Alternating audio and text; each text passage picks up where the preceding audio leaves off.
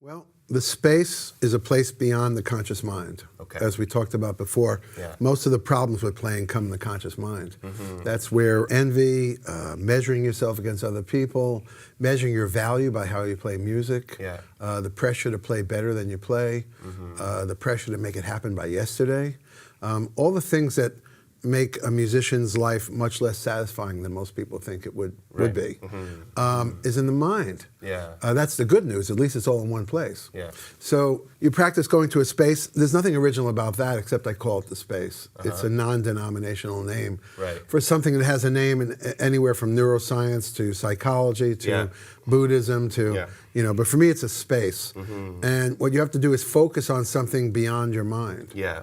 There was a really good... a couple of examples of this. In the movie The King's Speech, he can't stop stuttering and he meets this new speech therapist and he has this idea of having him listen on headphones to an orchestra piece, right? Yeah. And for the first time he's speaking and he's not stuttering. Yeah. And it's proving that when the mind is transposed a little bit, the flow of what you're doing becomes natural. So, and everybody kind of has had that experience. Yep. So it's a question of how do you study having that experience? How do you have that experience more often? So for the purpose of music, you find that space. And other ways of finding the space, you could look at a spot on the wall directly over your head or think of the alphabet backwards. That gets a little confusing, but sometimes picture a beautiful place where you've been or you'd like to return to. So are they tools to ground you in like your present environment? That's the result, but they're tools to get you out of your conscious and subconscious mind. Yeah. It's the subconscious that fears music because of previous experiences. It's the conscious mind that fears it today because it may not be everything you want it to be. Right. Call yourself a pianist or a drummer or whatever. Yeah. The next question is unavoidable. Am I a good pianist? Yeah. Am I a good drummer? Yeah. And the problem is that in trying to answer that question when you're playing, first of all, you miss all the profound possibilities. Yeah. And it just becomes a narcissistic thing. Yeah. Do I sound good? Yeah. That's the first problem. But the other problem is you don't play as well. Yeah. Out of 100 people, 99 of them, if you ask them, think about a time when you felt it was really important you played well, how'd you play? Yeah. Most people will say they could not access their most inspired playing.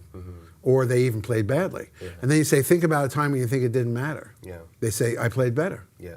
So that alone should prove to you that what you want to do is continue to bring down the sense of importance about what you're doing and find a place where you're not really trying. Yeah. So the steps of effortless mastery are an attempt to reprogram. Yeah.